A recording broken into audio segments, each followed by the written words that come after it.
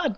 I've got the countdown, and I am on now. And this is Cherry Divine, and it's Wednesday morning, and I'm happy that all of you could join me today. First of all, before we do too much of anything, I'm going to put it out there. Do not take too much seriously today. We are in kind of an energetic extreme, and it can bring your emotions way high and dip them down way low. Do whatever it is that you can do for you to keep on an even keel. In other words, your buttons may be pushed today. Just don't respond, don't react. It's a matter of instead breathe deep into your heart and exhale out. And so that's just kind of the roller coaster ride of energy we're having. That came early this morning. So, and I know to listen when they send that information in. Good morning, Nancy. How are you? My friend Nancy's here with me, and she's reading my questions. I was so off into Cherryland that I almost forgot to say hi. Well, good morning to you, Cherry, and everyone that's with us today. Are you ready for our general question? I am. I'm very ready for our general question. All right. I'm kind of full of it today, too. You are full of it today. I noticed that. Yeah. So what we're doing, to let everyone know, what we're doing is we're kind of gathering kind of the essence of some of the questions, and in the beginning of the show now we're going to be chatting, you and I, about that, and then answering some specifics. So today's general question, there have been a lot of questions that people about what I send out into the world, I attract back. That's what we hear. Law of attraction is, all the rage. So, for example, we had a person that wrote a very long message that she always sends and displays love and friendship to friends and family, but it never comes back to her. So what can we say to her and to others? Here's the deal. There's so much more than just that basic sending out energy. There's also having karmic agreements. There is also hidden factors behind your consciousness. Is if your life isn't what you choose it to be, is as much as we resist it, it is looking inside, because we do have blocks that we aren't always aware of, and we create old patterns. And last week, I know that I mentioned this in taking responsibility for our life. But I'm sending out this positive energy. Well, it could be you have an old message living inside of you for deserving issues, the old trainings of it's better to give than to receive, or a past life influence. And this is one of the things that actually came up when I was reading this particular person's message to me. And I saw a very pious nun. Pious? Pious. Anyway, the words aren't always correct, but that's part of the deal here.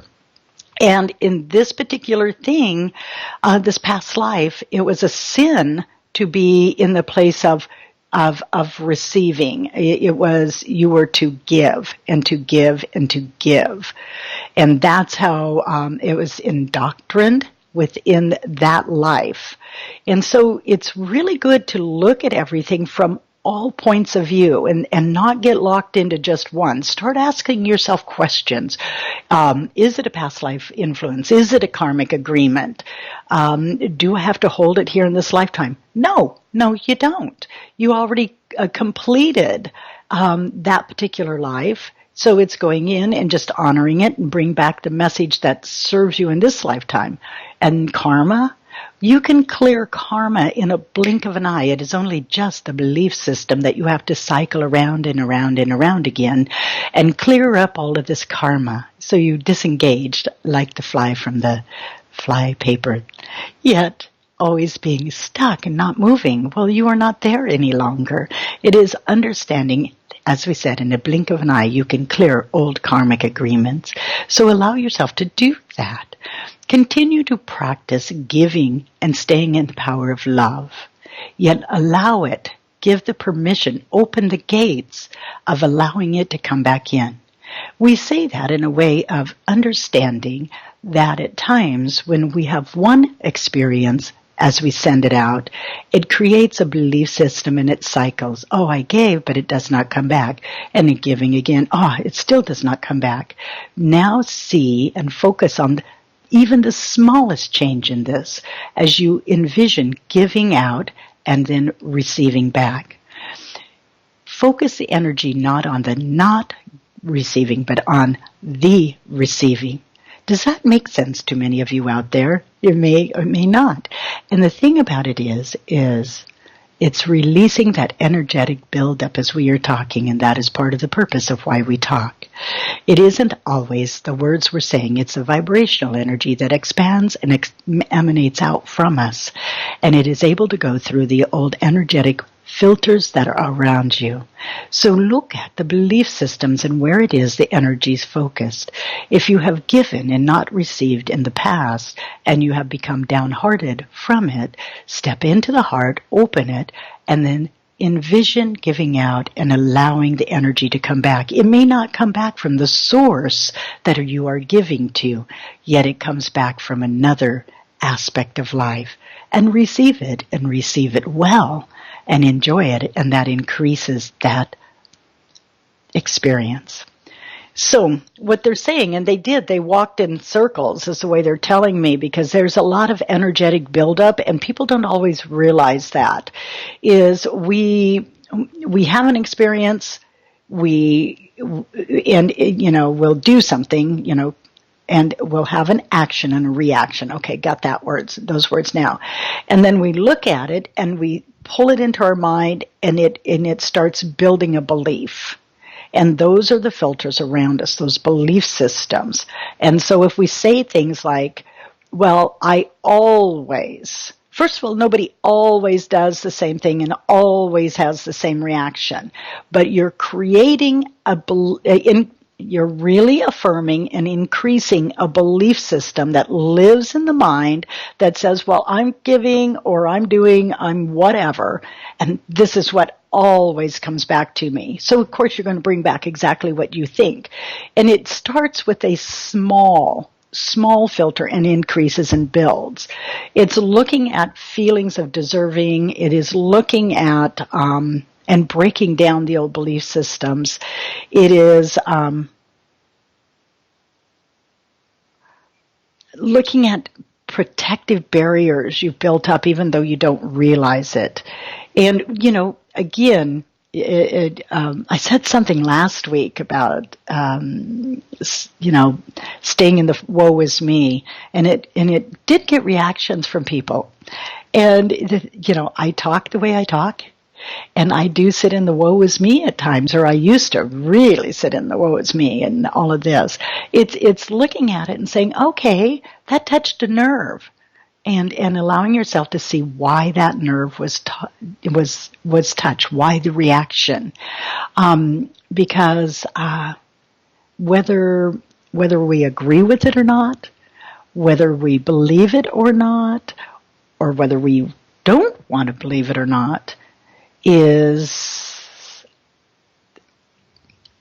we are creating our experiences, and we have. So, okay, they're getting very soft and very kind because they want everybody to understand everything that's said is said in love. There is no judgment. There is no criticism. There is no you are doing it wrong and you are bad.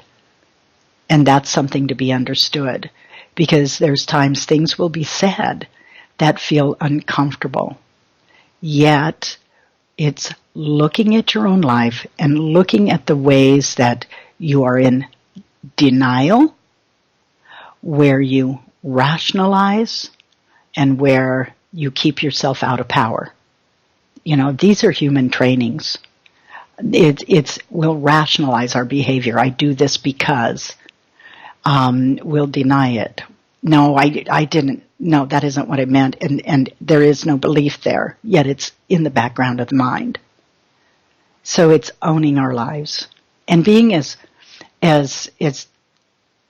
real with ourselves as we possibly can, and doing this in a way where you don't judge, you don't devalue yourself. It's looking at what you're sending out, what that expectation is, when it doesn't get fulfilled, what energy are you holding on to, what part was hurt earlier in life, and then refocus and look at a positive.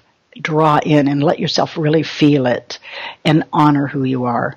It is time to break down the old barriers, and that's the time period we're in. It's time that we're becoming more and more and more empowered. But to do that is to shatter our comfort levels. You know, I had a lot of life changes here. Almost 6 years ago, my husband passed away. And so that kind of put me out having to look at things. And then I started noticing I was attracting in, I changed behaviors and reached out in ways that were not familiar to me. And it was a little uncomfortable. And then all of a sudden, these other things started coming in that were the same old, same old, same old. And I thought, gosh, why is this happening? What's going on here? And my group turned around and said, it's because that's what you know. That's what you know how to respond to. It's only a pattern in your belief system and in your reality. You want to move past it? It's time to step up and do that. So you see, there's nothing that I ever put out there for anyone else that I'm not going through myself or have gone through. So that became a very lengthy answer to the question, but shatter your comfort level. Move through your denial systems. Quit rationalizing. Remove your focus on what's not happening and that is on a low vibrational form, and focus on positive. Open up and receive even the smallest kindness. Somebody opening your door before you walk into a building. That's it coming back to you. If you notice that, it didn't come from the person you gave out to. It came from somebody else. Let yourself receive in the highest ways, any way that's possible. So, did that kind of answer it? It really feels a little scattered today, and that's okay. The energy, like I said, is up and down, and we just take what's best for us from that message and let the energy support us. Yes. I took notes. So, and I understand what you mean about scattered, because you were, past lives and old beliefs and deservingness and protective barriers, but it's a time of change. Well, it is, and all of these things affect our lives. And people look at it and they'll want to see one answer. Well, it must be, or lock in on the physical. And in many times what we're experiencing comes from many different areas. And it is this life, past lives, part of the karmic agreement. And so let yourself just do some meditation on it. Go to a past life hypnotherapist. Just walk your path as comfortably as you possibly can as you stretch and break through your barriers. And maybe a little learning to love ourselves. Oh, Nancy, you are so on today. Nancy has been saying several things here that she's so psychic. Anyway, because I was going to say, and do it with love for yourself. Hey, we're all in tune. We're all intuitive. We're all empathic, and we are in sync. All right, but I'm not in the sink. Okay. I know, and I'm not, yeah. And I think of NSYNC, and there's that boy band that used to be out, all the kids. I'm not there either, saying. All right, let's move into some questions. Okie doke, we can do that. So Elizabeth asked, doctors tell me I must have surgery for my carpal tunnel syndrome on both wrists due to too much scar tissue. Is this true, or will alternative treatments solve this? Thank you for your love and generosity. I just see layers and layers and layers built up. The easiest way to resolve this issue is to have the surgery. It's actually not going to harm you at all, and it will create much more dexterity in the hands and movement. It'll be more pain-free. Is if you choose to, because there's, again, you have a choice. You can do it alternatively, yet it is understanding we all have the ability to self-heal. It's good to go into medications, or how about meditations anyway, and just see that scar tissue dissolve. As I'm talking about it, it's coming down. I tend to mirror people when I'm talking about them here. So it's coming through on my left side, in through the muscles, in through the various energies here, the meridians. So and there's some pain popping in over here. So it's also going in for acupuncture or acupressure, clearing the meridians, but seeing light go through these areas. And there's lower back issues associated with this. So you're in the process of clearing, and it's good to allow yourself to move through and process all of this, and the reasons why it's there. Again, I don't have time to go completely in on it. There's a lot of buried emotion in here and blockages saying I can't let go. And that is slowing down this idea of healing on using alternative. So. Great. Yeah.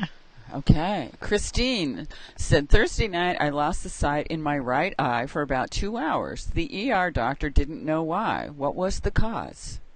The first thing I got is an ocular migraine, and that can affect your vision. It can create blindness in an eye, and it can come after a migraine. It doesn't have to come at that time. Now, I'm going to put it out there. I am not a doctor. My group is not licensed anywhere here, so do go to a specialist and find out. But that was the first thing I had is it just popped in instantaneously, and it created a pressure on the octave nerves. So, but go get it checked out. So, I love it when I'm right and they actually affirm it. But like I said, I'm not licensed, so. At least on this planet. I was going to say, it's so funny. See, there again, Nancy's just in my head today because I'm seeing all of these licenses dropping in from the cosmos. Oh, it's fun. I guess I am cosmically licensed. When speaking of the cosmos, Kathy wrote the other day, the orbs showed up in pictures taken on July 27th, 2018. They are brilliant orange and beautifully turquoise royal blue, one of each on the left side of the moon. Here's the fun thing is because when she wrote this, she said, here's a pic, and there was no pic. And it came up on my other page, so I posted it under the one sentence, and you can click on that and see what she's talking about. And as soon as there again, it was like instantaneous information. It said ethereal beings. Now, ethereal beings are any of the beings that are non-physical in our world. And it can be fairies, it can be interdimensional travelers, which are called ETs, it can be guides, it can be angels. Orbs, again, are not locked into only one idea. These feel more, oh my goodness. It said the conditions were absolutely perfect for seeing the movement of interdimensional beings, and they were on either side. Is understanding the frequencies of consciousness that come in and allow it to be. There was a happiness and a joy that occurred at the time of sighting these, even after the fact. For they are seen in the vision as the picture was being taken, but it wasn't on a conscious level. It had to be brought into the format of the digital picture for you to see them clearly. Allow yourself to receive information from these particular beings, and they will assist you in some of the understanding that you have been grasping for. And that's how quickly it's been coming in, people. People.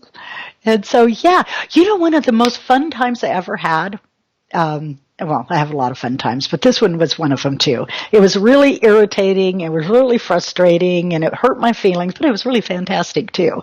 I was in the Big Island, and I woke up before everybody else, and I would go out because I wake up early here, so I was waking up like at 3 and 4 in the morning there, and I would go out with my camera, and I would stand in place and just click like this, move a few feet and click. And in some of the pictures, there's nothing. And I used a flash. It was stark and just everything was crisp, the tropical ferns and stuff. And then others, there were all of these orbs. Yet, then in one other one, and it's taken just like seconds from a different one, here's a complete energy field. And everything's just blurred. So it's knowing that we have I'm getting tingles everywhere. I love that. We have connections with ethereal beings. And so allow yourself to talk to them. Allow yourself to ask what their messages are. Fairies come in beautiful little light orbs too. And deceased loved ones. But these had to do with communications off planet. So. Fun. All right. I want to just read this comment. This is too fun. Christine wrote that you were right. The eye doctor said ocular migraine. I love that you know this stuff. I'm so smart. No, just kidding. I told you today, it's one of those days. I'm just silly as ever, but it's fun silly, and it's also serious silly. You know, we move faster in our life lessons and processes when we have humor with it and have fun. It's when we make it so hard, and that's when we get stuck in our head. And so, again, the energy is up and down, kids, today. Let it be fun up and down. We don't have to attach to its, negative. So let's have the energy of laughter today. Is that what you're saying? That's it. Apparently that's what I'm having. Let me share it with you. All right, I got 2 more questions, and I think we can get them in. Kelly is in a study group, a group studying the Course in Miracles, and wondering what would be helpful for focus and concentration in order to get more of what will benefit me at this time from the study. Well, get the heck out of your head, first of all, because it's very heavy work. When you're doing this, set time periods. Don't overdo and don't try too hard. It's as if you're trying to pull in that information. You're really studying it like, I gotta know this, gotta know this, gotta know this. Words carry frequency, and you're pulling in what's right for you. Have white noise on in the background. That's going to assist you in this, but it's giving yourself breaks, and quit judging and comparing yourself to how anybody else is getting it. You aren't going to do it the same way. And take from it what's perfect for you and let the rest go. If it doesn't feel right, it doesn't feel right. And I tell you that about my stuff, or my stuff, all this stuff I send out there. The information that is given. Parts of it's going to feel absolutely perfect for you. Some of it you will resist. Let go what doesn't feel right. If it is right for you, it'll come back later. It's ease up on yourself. And here's the thing, is because A Course in Miracles is really heavy duty work. And for Kelly, in this way, it's representing how absolutely hard she's working on her spiritual path. Lighten up, Kelly. Sweetie, you are walking this with beauty and grace, and you're doing perfect as you are. Okay? Okay. So let's sing and dance and laugh the Course in Miracles. Yes, that's it. Take a break from the book, get up, sing and dance, and move around, have a glass of sunshine, whatever. And that's exactly what they said. Went through a glass of sunshine. So whatever it is that represents sunshine to you, go ahead and drink some and let your whole field light up. Yay, a glass of sunshine. I'm going to have that in a minute. Yay. Okay, last question. Candy is asking a question for Jamie. They're watching together. When will be the best time to move to San Diego? I'm not sure I can do another Portland winter. Is San Diego my place? I struggle with darkness in winter. So tired of not knowing what to do. Thanks. Okay, sweeties. Get out of your heads and into your hearts and let it be easier. First of all, I don't feel you actually in San Diego unless you go for a visit. Go down and connect with it energetically. It isn't, oh my goodness. One of the reasons you're still in Portland is it's representing there again the cycles of life you go through, the emotional cycles, and you respond in this way to the rainy, wet winters because your emotional aspect actually dips at different periods, and there is a very good chance you could be in a very sunny location at the same time and your emotions will dip and it will cause confusion.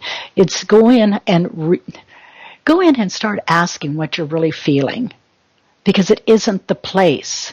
It's parts of life that you have shut doors on, that you don't want to look at, where you judge and condemn yourself, and that's what's affecting the emotional body.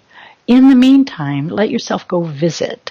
It doesn't feel like, San Diego's fun. It could be pleasant, but it feels as if you get down there and you'll feel like somehow it isn't supporting you. The thing about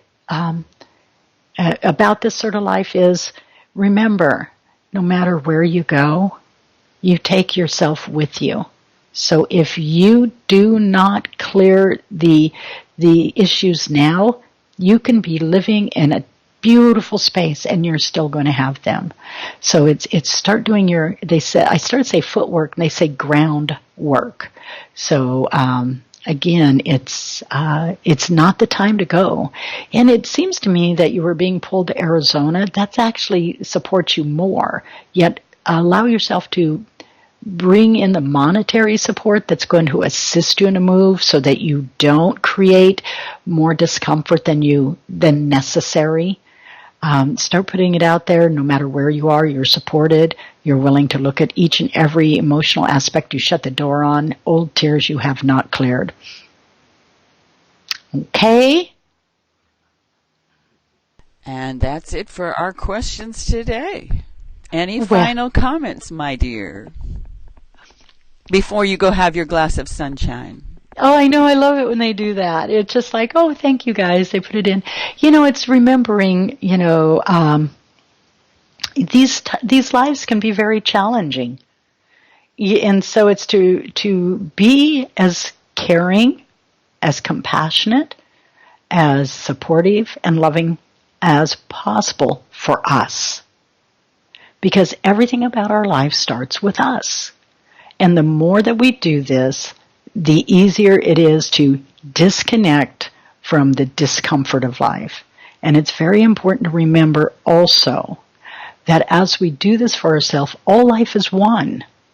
So as we are loving, honoring, supporting ourselves, showing compassion and kindness and tolerance for the self, we are doing the same for each and every life out there. That energy moves and opens the cellular aspects of who you are, adds that ray of sunshine to each and every cell, and brings in the brilliance, the light brilliance of who you are, and that will engage in other life. By engage in other life, we're meaning it will touch other life aspects, life that you have not even seen, that you do not even know you are affecting. It could be across this beautiful world, the other side, or outside of. Yet, children of Earth, it's time to support yourself. Let go of the old judgments and condemnations. If you are finding you are struggling with receiving the goodness of life, practice the goodness of self. And that's what they have to say. All right, that's wonderful. And I just want to remind people that if they want to dive deeper and have more Cherry, more time, more experience, more personal messages to impact your individual life experience, then go to cherrydivine.com/services and book a time with Cherry. You just brought it. They're saying that, yes, because here's the thing. I'm only going on the surface, and when I'm touching into you guys, I'm actually feeling deeper in, and there's a lot of old experiences, emotions. You deserve to be able to free from those. But all of a sudden, they're also showing another resource. And here, years ago, I channeled in a book. It's called, what is it called? Wisdom of the Ancients, Manual of Life something. Oh my goodness. Anyway, it is on Amazon. um, oh, Wisdom of the Ancients, A Manual of Life Essentials. This is because I'm not grounded.